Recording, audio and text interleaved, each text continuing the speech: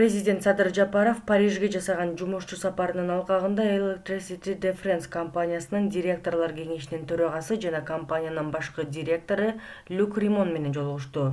Аталган компания мамлекетке таандык француз трансулуттуу электр компаниясы.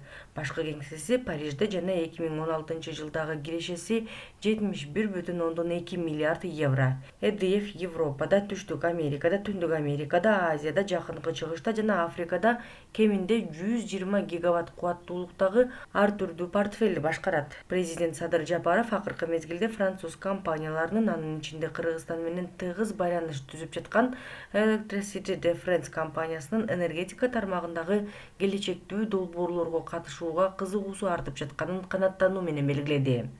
Мамлекет башчысы компанияны Чаткал дарыясына ГЭСти биргелешип курууга жана EDF бул долбоорду ишке ашырууга катышууга даяр экендигин эске алуу менен ушул багыттагы иштерди күчөтүүгө чакырды. Өз кезегинде EDF компаниясынын башкы директору Люк Римон Кыргызстан менен олуттуу кызматташууга даяр экендигин жана анын энергетика тармагындагы, атап айтканда гидроэнергетика тармагындагы долбоорлорду ишке ашырууга бай тажрыйбасын белгиледи. Жолугушуунун жыйынтыгында тараптар өз ара пайдалуу кызматташтыкты өнүктүрүүнүн жана активдештирүүнүн маанилүүлүгүн белгилешти.